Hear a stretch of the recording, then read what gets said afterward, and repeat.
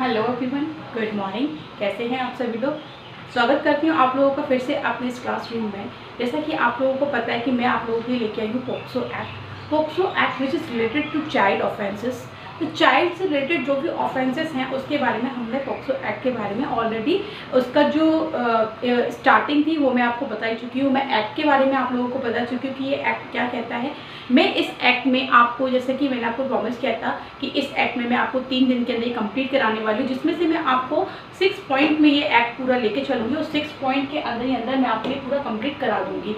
तो जैसा कि मैंने आप लोगों को बताया था और उसके अकॉर्डिंगली जो मैंने अपने प्रीवियस लेक्चर में आप लोगों को पढ़ाया था, उस लेक्चर के अंदर मैंने आप लोगों को ऑलरेडी क्लियर करा दिया था क्या, section 1 which is related to name, extend and commencement. उसके साथ ही मैंने आपको सेक्शन 41 से लेकर सेक्शन 46 तक जहाँ पे बताया गया था कि अगर ये एक्ट लागू होता है तो किस तरीके से लागू होगा, कहाँ पे ये एक्ट लागू नहीं होगा। सेक्शन 41 जो बात करता है।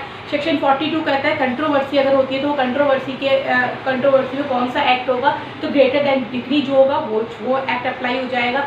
42A मैंने आपको बताया था कि कौन सा एक्ट को कहते हैं ना, ओवर राइटिंग जिसकी होगी, ओवर राइटिंग के अकॉर्डिंग जो एक्ट अप्लाई होगा वो मैंने आपको बताया था। उसके बाद मैंने इसमें जागरूकता फैलाने के लिए क्या गवर्नमेंट की तरफ से अभियान चलाए गए 43 में मैंने आपको बता दिया था। उसके बाद मैंने आप लोगों को 44 और 45, 46 मैंने आप लोगों को बताया था। तो ये इस तरीके से मैंने आपको ये पूरा एक्ट सेक्शन 1 से रिलेटेड पूरा फर्स्ट में पढ़ा, पॉइंट नंबर 1 में मैंने आपको कंप्लीट करा दिया था। उसके बाद मैंने आपको बताया पॉइंट नंबर 2, जिससे जो रिलेटेड था हमारा कैसे डेफिनेशन वाले पार्ट से, जहां मैंने आपको 4 पार्ट में डिवाइड करके डेफिनेशन बताई थी।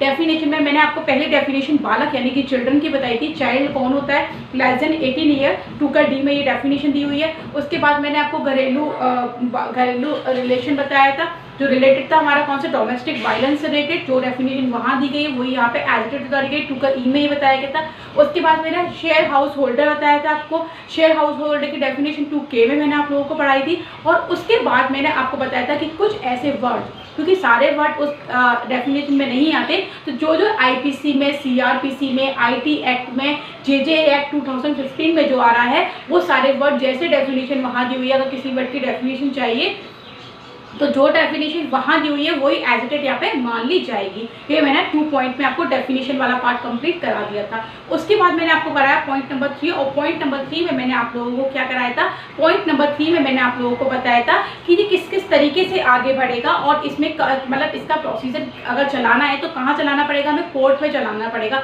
तो वो कोर्ट कौन सा होगा, तो उसके लिए स्पेशल कोर्ट का हमने ऑर्गेनाइज किया था। स्पेशल कोर्ट 28 में हमने पढ़ा, 32 में हमने पढ़ा कि 30 में हमने पढ़ा वहाँ पे क्या, 30 में हमने पढ़ा कि यहाँ पे प्रोसीजर कौन सा चलेगा, CRPC का प्रोसीजर चलेगा, कौन सा सेशन ट्रायल यहाँ चलेगा। उसके साथ ही मैंने आपको बताया था स्पेशल PP यहाँ पे बनाया अपॉइंट किया जाएगा। स्पेशल PP कौन होगा, which have experience of 7 year of इसको। इसके बाद एडवोकेट का 7 ईयर का एक्सपीरियंस होगा, वो यहाँ पे एक स्पेशल PP बन के आएगा, स्पेशल पब्लिक प्रोसिक्यूटर बन के आएगा। ये मैंने आपको बता दिया था। तो यहाँ तक मैंने आपको ऑलरेडी कंप्लीट करा दिया है। तो आज का जो मेरा लेक्चर है उसमें मैं आप लोगों को बताऊंगी पॉइंट नंबर D, और पॉइंट नंबर D में मैं आपको बताऊंगी यानी पॉइंट नंबर 4, और पॉइंट नंबर 4 में मैं आपको बताऊंगी इससे रिलेटेड ऑफेंसेस। मीन्स अगर हम पॉइंट नंबर 4 की बात कर रहे हैं, पॉइंट नंबर 4 आज हम पढ़ेंगे, और पॉइंट नंबर 4 में मैं आप लोगों को क्या कराने वाली हूँ, पॉइंट नंबर 4 में मैं आप लोगों को कराऊंगी क्या, ऑफेंसेस। क्या आएगा इसमें, ऑफेंसेस। कौन से ऑफेंसेस आएंगे, जो पोक्सो एक्ट में जो ऑफेंस हैं, जो अपराध पोक्सो एक्ट में डिफाइन है, वो अपराध कौन कौन से अपराध होंगे। क्योंकि इसमें हमें सबसे ज़्यादा समझने वाली चीज़ क्या है, अपराधों को समझना। किस कैटेगरी के, किस प्रकृति के अपराध ऐसे हैं जो पोक्सो एक्ट के अंदर रखे गए हैं, और वो कौन से ऐसे अपराध है जिसको पोक्सो एक्ट में रखने की जरूरत महसूस की गई, कि उसे अलग जो अदर्स एक्ट है जहाँ पे ऑलरेडी डिफाइन किए हुए हैं ऑफेंसेस को, उनसे डिफरेंट किया गया। तो ये एक आज का हमारा टॉपिक रहेगा कि इसमें कौन कौन से ऐसे ऑफेंसेस है, और साथ ही मैं आप लोगों को इसके ऑफेंसेस के सेक्शन और पनिशमेंट बताऊंगी कि सेक्शन और पनिशमेंट किस तरीके से चल रहे हैं। ठीक है, तो इतनी बात आप लोगों को समझ में आ गई। तो सेक्शन नंबर देखिए, ऑफेंस को हम डिफाइन करेंगे, तो ऑफेंस डिफाइन करने के लिए हम इसे बांटेंगे 2 पार्ट में। कितने पार्ट में, 2 पार्ट में हम बांटेंगे। ठीक है, पहला होता है पेनिट्रेटिव।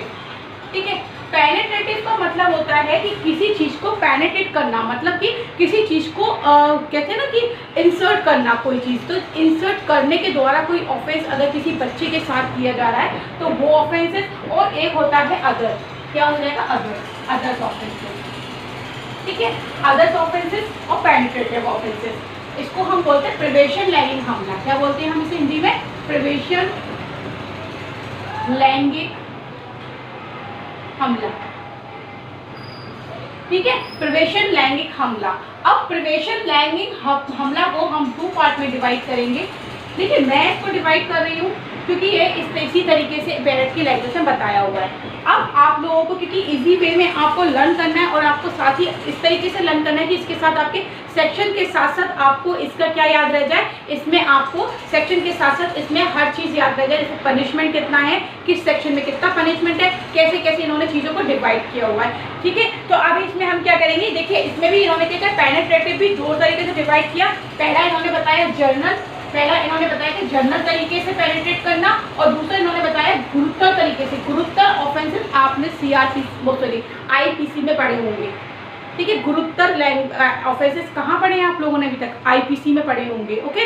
तो आईपीसी में जो गुरुतर ऑफेंसेस आप लोगों ने पढ़े हैं वो ऑफेंसेस किस तरीके से पढ़े हैं, तो वो मैं आप लोगों को बता दूं। देखिए जब आप रेप की कंडीशंस पढ़ते हैं, जहाँ पर रेप किसी व्यक्ति की, किसी लड़की के साथ, किसी लेडी के साथ, किसी बच्चे के साथ किया जा रहा है, तो वो रेप अगर जनरल वे में रेप किया जा रहा है तो वो क्या होगा कि वो एक रेप की डेफिनेशन में आ जाएगा।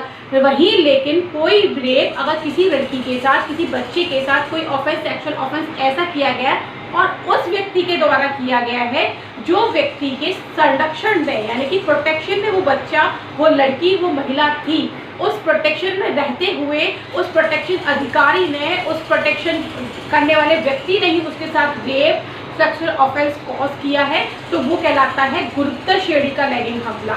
यानी कि कैसा लैंगिक हमला कहलाता है, एग्रीवेटेड लैंगिक हमला कहलाता है। क्या उनका होगा, तो ये कहलाता है हमारा एग्रीवेटेड सेक्सुअल ऑफेंस, ठीक है। तो इसमें हमने पढ़ा 2 तरीके से, एक हम पढ़ेंगे जनरल तरीके से, एक हम पढ़ेंगे एग्रीवेटेड सेक्सुअल ऑफेंस पढ़ेंगे। वही यहाँ पे भी इन्होंने बताया, इन्होंने भी यहाँ पे भी 2 तरीके के डिवाइड किया इसको, 2 पार्ट में इसको भी डिवाइड किया। 2 पार्ट में इसको कैसे डिवाइड किया, यहाँ पे भी इन्होंने बताया कि जनरल तरीके से, और यहाँ पे इन्होंने बताया एग्रीवेटेड यानी कि गुरुतर, ठीक है। अब देखिए इस वाली कंडीशन से ये वाली कंडीशन ज़्यादा गंभीर होती है, इज दैट क्लियर। ये वाली कंडीशन से जनरल वाले से ऑफेंस दोनों ही हैं, सजा दोनों में मिलेगी क्योंकि हमला दोनों में किया जा रहा है, यानी कि किसी के साथ सेक्सुअल ऑफेंस दोनों में किया जा रहा है। लेकिन यहाँ पे कैटेगराइज अगर की जाएगी तो कैटेगराइज करने में ये वाला कैसा होगा, ये ग्रेटर देन होगा। क्यों, क्योंकि इसमें जो ऑफेंस किया जा रहा है, वो उस व्यक्ति के साथ किया जा रहा है जो बच्चा अपने आप को सेफ समझ के वहाँ पे रह रहा था, जो महिला अपने को सेफ समझ के उसके साथ कुछ ऑफेंस हुआ है या उसको प्रोटेक्शन के थ्रू उसको वहाँ पे भेजा गया है, तब भी वहाँ पे इन्होंने क्या करा, उस व्यक्ति के, उस बच्चे के साथ रेप किया। तो उस बच्चे के साथ अगर वो रेप कर रहा है तो ये कैसा होगा, ये कैसी श्रेणी कहलाती है, ये गंभीर श्रेणी में कहलाता है, ठीक है। तो ये पेनिट्रेटिव को, इसको मैं हिंट में आपको बता दूं, ये ऑफेंस कैसे होते हैं, जी रेप वाले ऑफेंस होते हैं, रेप वाले हमारे आईपीसी 375, 376 में डिफाइन ऑलरेडी किए हुए हैं। लेकिन यहाँ पे हम इसको अलग कर रहे हैं, क्यों अलग कर रहे हैं, क्योंकि यहाँ जो ऑफेंस हो रहा है, तो देखो पोक्सो एक्ट में जो ऑफेंस हो रहा है वहाँ पे किसके लिए ऑफेंस की बात की जा रही है, तो वहाँ बच्चों से रिलेटेड ऑफेंस की बात की जा रही है। कैसे बच्चे, जो लेस देन 18 ईयर के हैं, कैसे हैं, जो लेस देन 18 ईयर के बच्चे हैं उनके संग जो ऑफेंस हो रहा है उनके बारे में यहाँ पे बात की जा रही है। तो इतनी बात आप लोगों को समझ में आ गई कि offence are divided in 2 part, penetrative और अदर्स। पेनिट्रेटिव को फिर इन्होंने 2 पार्ट में डिवाइड किया, जनरल और एग्रीवेटेड, यानी कि सामान्य सेक्सुअल हमला, और एग्रीवेटेड यानी गुरुतर श्रेणी का सेक्सुअल ऑफेंस। इधर हमने अदर्स की बात करी, सामान्य हमला और गुरुतर श्रेणी का, ठीक है। इतनी बात आपको समझ में। अब इसको यानी कि इस वाले पार्ट को इस वाले पार्ट से अगर डिफरेंट करना है तो कैसे करना है, इन्होंने बताया पेनिट्रेटिव। अब देखिए पेनिट्रेटिव की डेफिनेशन कहाँ दी हुई है, वो दी हुई है सेक्शन नंबर 3 में। कहाँ दी हुई है, सेक्शन नंबर 3 में पेनिट्रेटिव की डेफिनेशन दी हुई है। सेक्शन 3 बात करता है पेनिट्रेटिव में, क्या बात करता है सेक्शन 3, डायरेक्ट की लैंग्वेज उठा के देखेंगे। अगर किसी जो डेफिनेशन पेनिट्रेट मतलब कि एक तरीके से किसी पार्ट को, जैसे किसी बच्चे के साथ अगर ऑफेंस किया जा रहा है, अगर किसी बच्चे के साथ ऑफेंस किया जा रहा है तो उसके मुंह में, उसके वेजाइना पार्ट में, उसके एनल पार्ट में या कहीं पे भी किसी तरीके का कोई भी चीज़ इंसर्ट करना या पेनिट्रेट करना, मीन्स कि उस या किसी जैसे किसी बच्चे के संग, मान लीजिए किसी एक बच्चे के संग जो 6-7 साल का बच्चा है उसके संग ऑफेंस किया गया। क्या ऑफेंस किया गया, एक व्यक्ति ने, मान लीजिए एक व्यक्ति ने उस बच्चे के संग रेप कॉज किया। रेप कॉज करते समय उसने क्या करा कि अपने पेनिस को, थोड़ा सा ब्रॉड माइंड के संग इसको सुनिएगा, अपने पेनिस को या किसी ऐसी चीज़ को जो इंसर्ट नहीं करनी चाहिए इंसर्ट किया। कहाँ किया, उसके चाहे उसके कहते हैं ना कि चाहे उसके मुंह के मार्क में या उसके गुदा के मार्क में या उसके कहते हैं ना किसी भी तरीके से, इस तरीके से कॉज एक्शन कॉज किया वहाँ पे कि उस बच्चे को हर्ट हुआ, उस बच्चे के संग रेप कॉज हुआ। तो ये इंसर्ट करना किसी चीज़ को कैसे गंभीर तरीके से उसको हानि पहुंचाना, वो क्या कहलाता है, इंसर्ट करना। तो पेनिट्रेट करना, वो पेनिट्रेट को यहाँ पे इन्होंने डिवाइड किया 2 पार्ट में। पहला जर्नल इन्होंने बताया कि जर्नल तरीके से 4 पॉइंट इन्होंने बताए, वो 4 पॉइंट मैं आपको एक बार पढ़ के बताती हूँ। सेक्शन 3 अगर हम देखेंगे, यहाँ पे जो बात करिए इन्होंने बताया पेनिट्रेट सेक्सुअल ऑफेंस। आप अगर कोई व्यक्ति किसी बच्चे के साथ कोई ऑफेंस क्रिएट कर रहा है तो उसने क्या करा, फर्स्ट पॉइंट उन्होंने बताया अपने लिंग को, मतलब he penetrate his penis to any extent into vagina, mouth, urethra or anus of a child or make the child to do with him or any other person, यानी कि उस बच्चे के साथ किया या करवाने के लिए कहा या किसी और व्यक्ति के द्वारा उसने करवाया, तो क्या होगा, उसने ऑफेंस किया। कौन सा ऑफेंस किया, उसने रेप का ऑफेंस किया। यहाँ पे दूसरा उन्होंने होता है he insert any to any extent any object or a part of the body not being the penis into the vagina or urethra or anus or the child or make the child to do so with him or any other person. ठीक है, 2 point. तीसरा उन्होंने बताया he manipulate any part of body of child so as to cause penetration into a vagina, anus और any part of body of child, make to child to do so with him or any other person. Fourth उन्होंने he apply his mouth to penis, यानी कि उसके मुंह में penis को डाला, anus and of child or make to do so with him or any other person. अगर इन चारों कंडीशन में कोई ऑफेंस करता है तो वो क्या कहलाता है, हमारा क्या कहलाता है, हमारा प्रिवेंशन लैंगिक हमला कहलाता है। कहाँ पे डिफाइन किया हुआ है इसको, सेक्शन नंबर 3 में इसको डिफाइन किया हुआ है। ठीक है, सेक्शन नंबर 3 में इसको डिफाइन किया हुआ है। वहीं अब बात करते हैं एग्रीवेटेड सेक्सुअल ऑफेंस की। एग्रीवेटेड सेक्सुअल ऑफेंस की जो डेफिनेशन दी हुई है वो दी हुई है सेक्शन नंबर 5 में। कहाँ दी हुई है, सेक्शन नंबर 5 में दी हुई है। अब ये एग्रीवेटेड, मैंने जैसे आपको बताया ना, किसी की कंपनी में वो बच्चा है। अब मान लीजिए किसी बच्चे का इलाज चल रहा है, वो बच्चा डॉक्टर के अंडर में है, वो बच्चा कंपाउंडर के अंडर में, वो आईसीयू में एडमिट है और वहाँ आईसीयू के अंदर उस डॉक्टर की कंपनी के अंदर, उस डॉक्टर के अंडर उस बच्चे के संग रेप कॉज होता है। वो डॉक्टर उसके साथ रेप कॉज करता है, वो टीचर उसके साथ रेप कॉज करता है, वो स्कूल पढ़ने गया और वहाँ पे उस टीचर्स ने उसके संग रेप कॉज कर दिया, या उस जैसे बच्चों को छोड़ दिया जाता है कहाँ पे, जैसे शेल्टर हाउस में बच्चे को रखा हुआ है, शेल्टर हाउस में बच्चे के साथ ऑफेंस हुआ, या पुलिस थाने में बच्चे के बयान लेने के लिए बच्चे को बुलाया गया और वहाँ उसके साथ रेप कॉज हुआ। इस तरीके से जो घटनाएं होती है ना, वो गुरुतर श्रेणी में आती है। और गुरुतर श्रेणी में रखने का मतलब क्या है इनका, कि ये जो ऑफेंस किया जा रहा है ना, ये जो ऑफेंस किया जा रहा है ये गंभीर तरीके का ऑफेंस है। क्यों, क्योंकि बच्चा अपनी सेफ्टी के रीजन से वहाँ गया था, लेकिन उसके साथ वहाँ ऑफेंस किया गया। तो यहाँ पे इन्होंने 21 कंडीशन दी हुई है। कितनी कंडीशन दी हुई है, 21 कंडीशन दी हुई है। अगर इन कंडीशन के अंदर कोई ऑफेंस होता है तो वो ऑफेंस कहलाता है एग्रीवेटेड ऑफेंस। कैसा, एग्रीवेटेड सेक्सुअल ऑफेंस, यानी कि गुरुतर श्रेणी का लैंगिक हमला। इतनी बात आप लोगों को समझ में आ गई। होपफुली एक चीज आप लोगों को समझ में आ गया होगा, डिफरेंस समझ में आ गया होगा इन दोनों का। ठीक है, यहाँ पे जनरल तरीके से, यानी कि बच्चा अपने घर पर है तो किसी ने आके रेप कर दिया, बच्चा कहीं खेलने के गया है तो वहाँ किसी ने रेप कर दिया, तो वो जनरल श्रेणी का। और किस तरीके से किया, पेनिट्रेट करके, यानी कि उसके पेनिश में अपने पेनिश को उसके कहते हैं ना कि उसकी वेजाइना में, एनल में, मुंह में कहीं उसे इंसर्ट करा या किसी चीज़ को इंसर्ट करा, तो वो क्या कहलाता है, पेनिट्रेटेड सेक्सुअल ऑफेंस कहलाता है। मैं फिर आप लोगों को बोल रही हूँ, ब्रॉड माइंड के संग यहाँ पढ़ने बैठिएगा। आप लॉ के स्टूडेंट हैं, आप जुडिशरी के स्टूडेंट हो, तो उसी तरीके से चीज़ों को गेन करने की कोशिश कीजिएगा, अदरवाइज मत जाइएगा। ठीक है, चलिए, तो उसके बाद ये आप लोगों को समझ में आ गया। अब बात करते हैं अदर वाले। अब इन्होंने बताया कि ये तो हो गया पेनिट्रेट करके। अब इन्होंने बताया कि अगर कोई अदर तरीके से, तो ये हो गया हमारे डेफिनेशन 5 में। अब सेक्शन 7 बात करता है, सेक्शन 7 कहता है कि अगर कोई ऑफेंस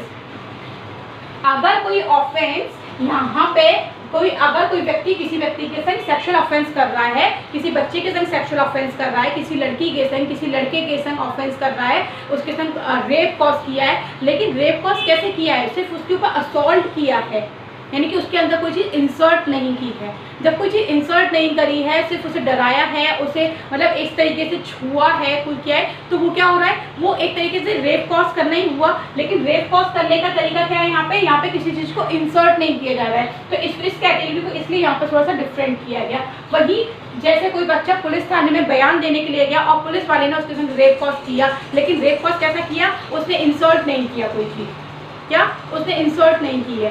ऐसी डॉक्टर ने क्या करा, डॉक्टर ने रेप कॉज करने की कोशिश, उसको छुआ, उसको सब कुछ किया, उसको मेंटली इतना हरासमेंट किया, लेकिन उसको इंसर्ट कोई चीज़ ऐसी नहीं करी थी जो उसके वजाइना पार्ट में, एनल पार्ट में इंसर्ट की जाती। ठीक है, तो ये डेफिनेशन यहाँ पे इन्होंने दी है। तो ये एग्रीवेटेड की इन्होंने सेक्शन 9 में पढ़ाया हुआ है और ये इन्होंने बताया सेक्शन नंबर 7 में। इतनी बात समझ में आ गई आप लोगों को।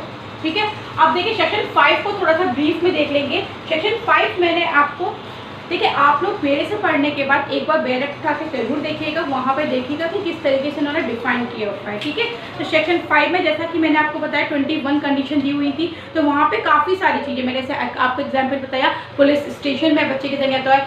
अब देखिए, अब मैं आपसे एक क्वेश्चन पूछ रही हूँ, उस क्वेश्चन का आंसर आप लोग मुझे बताइएगा। एक क्वेश्चन मैं आप लोगों के सामने रख रही हूँ। मान लीजिए एक जुलूस निकल रहा है, ठीक है, जैसे अब मान लीजिए जैसे गणपति भी रखे गए थे, और गणपति रखने के दौरान क्या हुआ, एक गणपति के विसर्जन के दौरान क्या होता है कि एक जगह पे जहाँ पे काफ़ी बड़ा एरिया है, थोड़ा से अदरवाइज इसे रिलीजियस पर्पज से मत लीजिएगा, लेकिन मैं आपको एक एग्जांपल दे रही हूँ क्योंकि ऐसा हुआ है, एक लाइव एग्जांपल मैं आप लोगों को दे रही हूँ। हुआ क्या कि एक बच्ची जो कि लक्ष्मी का रूप धारण करी हुई थी, गॉडेस लक्ष्मी बनी हुई थी, और वो लक्ष्मी का रूप धारण करके, और जहाँ पे लोगों ने गणपति रखे हुए थे उन गणपति को विसर्जन के लिए लेके जा रहे थे, लेकिन इनको ऐसे एरिया से गुजरना था जहाँ पे मुस्लिम एरिया था, वहीं क्या हुआ, मुस्लिम और हिंदू का दंगा भड़क गया। क्या हुआ, मुस्लिम और हिंदू का दंगा भड़क गया, वहाँ से गणपति जी को ले जाने की वजह से वहाँ पे क्या हुआ, दोनों में दंगा भड़क गया। अब वहाँ पे जब दंगा भड़क गया है, तो वहाँ पे क्या हुआ कि उसने क्या करा, जब वहाँ पे दंगा भड़का तो लोग भागम भाग बची। जब वो बच्ची भागी तो बच्ची भाग के जहाँ छुप रही थी वहाँ पे किसी मुस्लिम के घर में जाके छुपी, और उस मुस्लिम ने उस दंगे के दौरान में उस बच्ची के संग रेप कॉज कर दिया। क्या करा, वो जो गॉडेस लक्ष्मी बनी हुई थी उस लक्ष्मी बच्ची के संग क्या करा, उसने रेप कॉज कर दिया। तो ये किस श्रेणी में रखा जाएगा, क्या ये जनरल ऑफेंस आएगा या गुरुत्व श्रेणी का ऑफेंस होगा? क्या आप लोग इसका आंसर मुझे बता सकते हैं? ये जनरल ऑफेंस होगा, ये गुरुतर यानी कि एग्रीवेटेड ऑफेंस होगा? इसका आंसर आप लोग मुझे वीडियो देखने के बाद कमेंट बॉक्स में जरूर बताइएगा। जिसका आंसर राइट होगा मैं उसको एटलीस्ट हर्ट तो दे ही दूंगी। ठीक है, इतनी बात आप लोगों को समझ में आ गई। तो दो तरीके के ऑफेंस मैंने आपको बता दिए, पेनिट्रेटिव और अदर। पेनिट्रेटिव पे मैंने आपको सेक्शन 3 बता दिया कि यहाँ पे क्या करो, जनरल तरीके से उसने किया, कोई इंसर्ट करी, 4 तरीके की कंडीशन मैंने आपको बताई। उसके बाद मैंने आपको बताया कि एग्रीवेटेड यानी कि कंडीशन अप्लाई होती है, 21 कंडीशन है यहाँ पे, उसको देखिएगा। ठीक है, मैं आपको चाहे तो आप इसको चाहोगे तो पीपीएफ भी आपको पीपीएफडी भी आपको दे दूंगी इसका। ठीक है, तो इतनी बात आप लोगों को समझ में आ गई। वही अदर्स में मैंने जनरल बताया और एग्रीवेटेड बताया। यहाँ पे हम किसी चीज़ को इंसर्ट नहीं कर रहे हैं, लेकिन यहाँ पे हम किसी चीज़ को इंसर्ट करके उस बच्चे के साथ रेप कॉज कर रहे हैं। देखिए, बहुत ही शर्मनाक बात है कि इस एक्ट को बनाने की जरूरत हमारे इंडिया जैसे कहते हैं ना, अपने भारत जैसे देश में ऐसी जरूरत पड़ गई।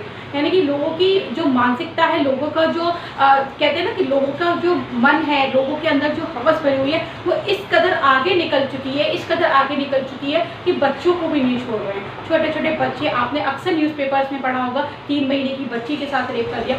अब उस बच्ची के पास है ऐसा क्या जिसको देखकर आपके अंदर से हवस पैदा हुई?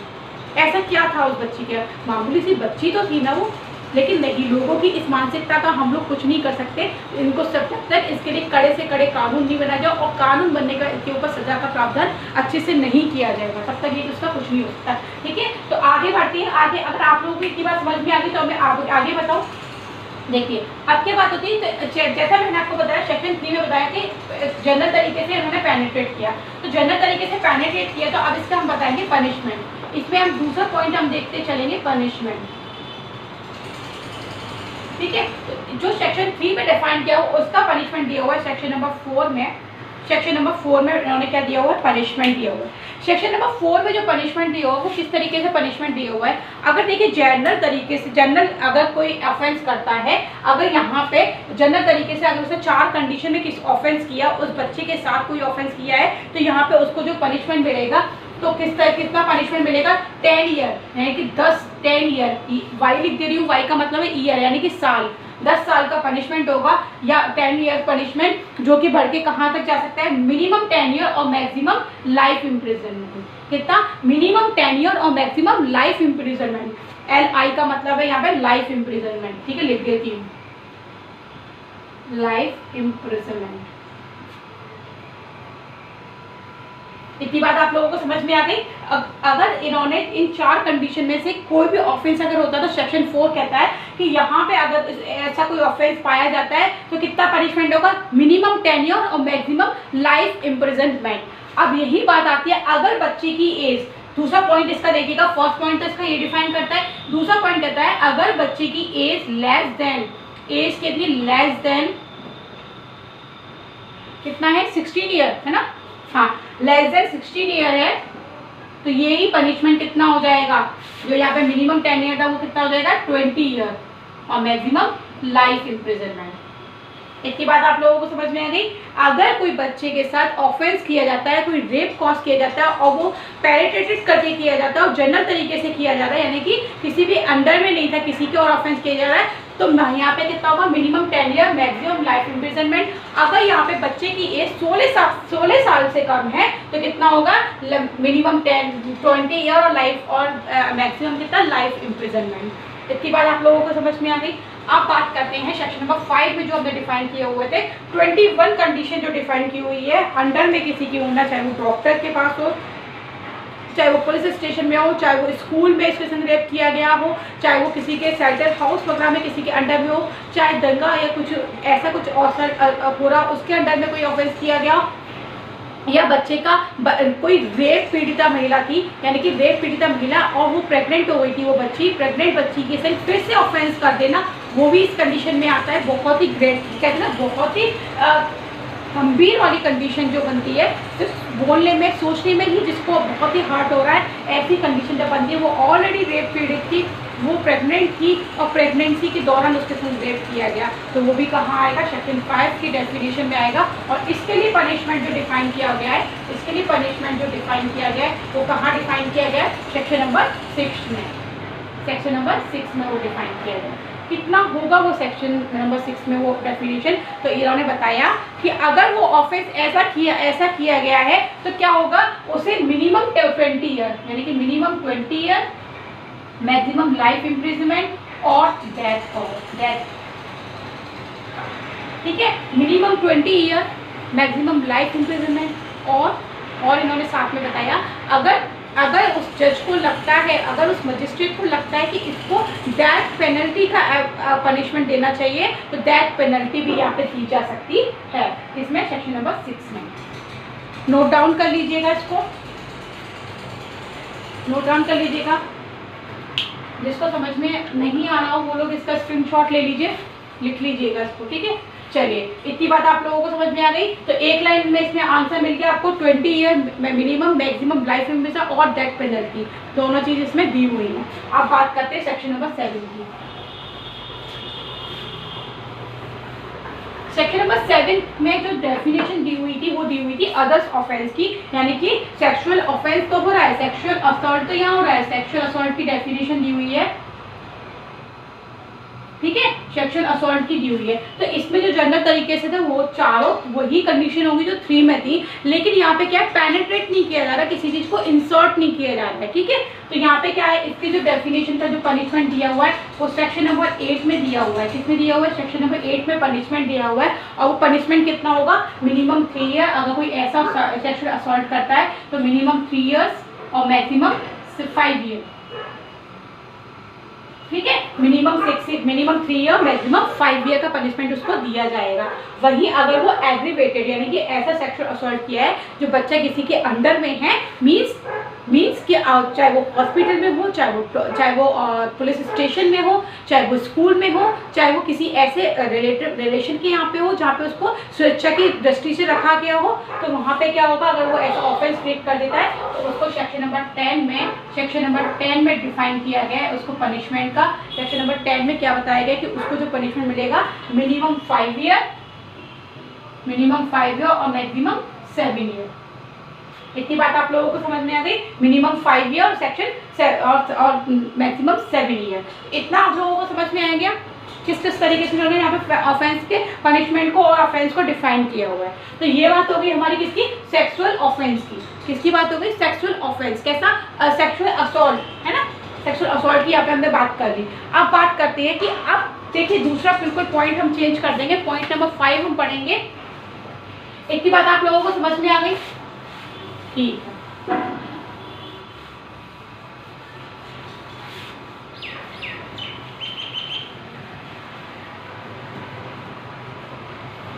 अब नेक्स्ट पॉइंट हम लोग देख लेते हैं। अब क्या बात आएगा, देखिए पॉइंट नंबर 5 बात करते हैं। ये आपने कर लिया सेक्शन नंबर पॉइंट नंबर 4 में हमने ऑफेंस बताया। ऑफेंस में ही अभी हम आगे चल रहे हैं, लेकिन पॉइंट नंबर 5 कहता है, जो हमने पोक्सो एक्ट में ऑफेंस बताए हैं, तो वहाँ पे बताया था असॉल्ट से रिलेटेड, यानी कि उसके ऊपर हमला कर दिया गया, वो ऑफेंस क्रिएट कर दिया गया।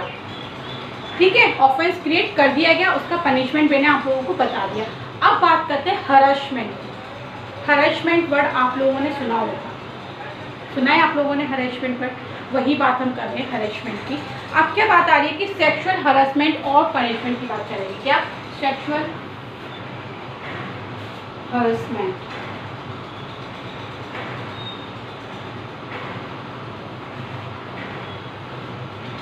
ठीक है। सेक्सुअल हरैसमेंट क्या होता है, फिर बताएगा मुझे सेक्सुअल हरैसमेंट क्या होता है। सेक्सुअल हरैसमेंट को जो बताया गया है और उसका पनिशमेंट जो बताया गया है वो बताया गया section number 11, section number 12। Section number 11, section number 12 जो बात करता है वो सेक्सुअल हरैसमेंट की बात करता है, यानी कि लैंगिक उत्पीड़न की बात करता है। किसकी बात करता है, इसको हिंदी में क्या बोलते हैं, उत्पीड़न।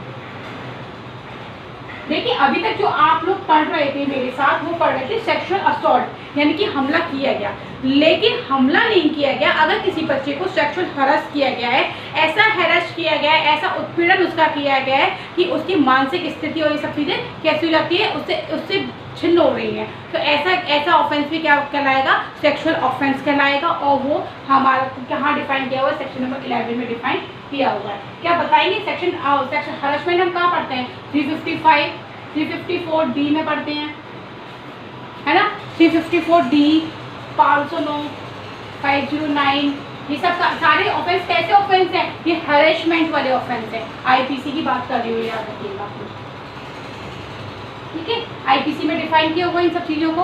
अब इसमें कहते हैं कि सेक्सुअल हरेसमेंट की जो डेफिनेशन दी हुई है, सेक्शन 11 कहता है, अगर किसी व्यक्ति के द्वारा किसी बालक पर लैंगिक उत्पीड़न किया गया है, जब ऐसा व्यक्ति लैंगिक आशय से कोई शब्द बोलता है, ध्वनि अंग विक्षेप करता है, शरीर का भाग को प्रदर्शित करता है, इस आशय से के साथ करता है कि बालक द्वारा ऐसा शब्द ध्वनि सुनी जाए या अंग विक्षेप या उसको देखा जाए।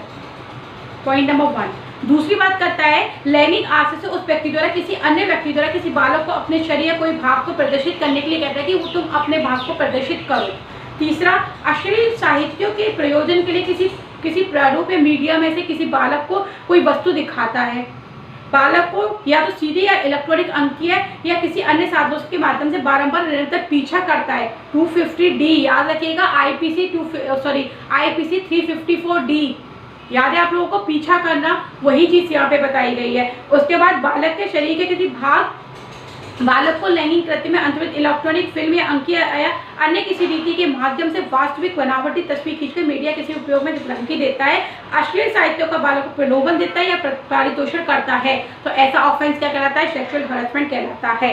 अगर वो कोई व्यक्ति इस तरीके की कंडीशन में ऐसा सेक्सुअल हरासमेंट करता है तो वही तो सेक्शन 12 कहता है। सेक्शन 12 कहता है कि अगर इस व्यक्ति ने ऐसा कोई ऑफेंस सेक्शन 11 के अंदर किया, उस बच्चे को दिखाया या उसका कोई अंग प्रदर्शन करने के लिए कहा या मीडिया के माध्यम से उसका पीछा किया या किसी ऐसी चीज का उसके साथ ऐसा उत्पीड़न किया है, तो उसको कितना पनिशमेंट किया जाएगा? उसको 3 साल की सजा दी जाएगी। कितनी साल की सजा का प्रावधान किया गया यहाँ पे? 3 साल की सजा का यहाँ पे प्रावधान किया गया है। और साथ में ही फाइन की बात यहाँ पे की गई है कि क्या फाइन की बात यहाँ पे की गई है, जितना मजिस्ट्रेट उस समय इसको अलाउ करे। यानी कि सेक्शन 12 कहता है 3 साल का पनिशमेंट और फाइन की बात यहाँ पे उन्होंने की है। इतनी बात आप लोगों को समझ में आ गई?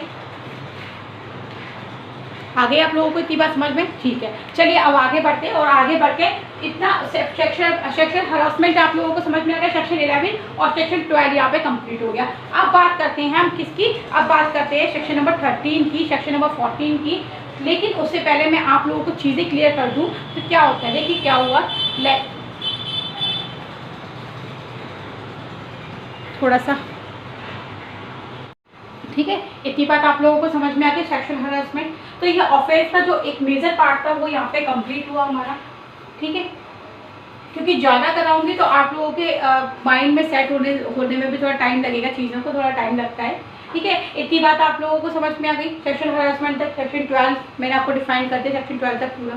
ठीक है, तो अब हम जो बात करेंगे आज का टॉपिक मैं खत्म कर रही हूँ यहाँ पे। पॉइंट नंबर 6 को हम लेंगे और पॉइंट नंबर 6 हम डिफाइन करेंगे कल की यानी कि अपने नेक्स्ट लेक्चर में जब मैं आपको अपना पॉइंट नंबर 6 बताऊंगी तो उसमें आपको बताऊंगी कि यहाँ पे किस तरीके से बच्चे का यूज़ कैसे किया जा रहा है, कि बच्चे को किस तरीके से कहते हैं ना कि मीडिया के प्रभाव से या उससे कैसे बचाया जाए, या बच्चे को किस तरीके से उसका यूज़ किया जा रहा है, कैसे पॉर्न वीडियोज़ बनाने में या इन सब चीज़ों में। तो ये जो ऑफेंसेज है ये एक अलग कैटेगरी के ऑफेंसेस रखे गए हैं, तो उनको हम अपने पॉइंट नंबर 6 में डिफाइन करेंगे। किस तरीके से यहाँ दुष्प्रेरण को डिफाइन किया गया है और किस तरीके से यहाँ कोर्ट की प्रिजम्पशन रहेगी। ये सारी चीज़ें हम करेंगे अपने नेक्स्ट लेक्चर में। तब तक के लिए हंसते रहिए, मुस्कुराते रहिए, प्यार बांटते रहिए, रिवीजन करते रहिए, सम्मान दीजिए, सम्मान लीजिए। Thank you so much.